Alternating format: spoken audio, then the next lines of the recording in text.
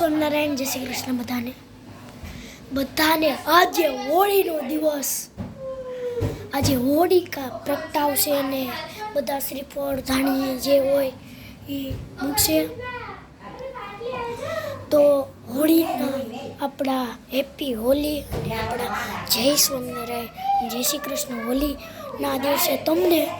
અને હવે પછી ચંદ્રનું કંઈક છે પૂનમ. તેમાં પૂનમ છે એક દિવસ ધૂળેટી નથી. પછી તો બધા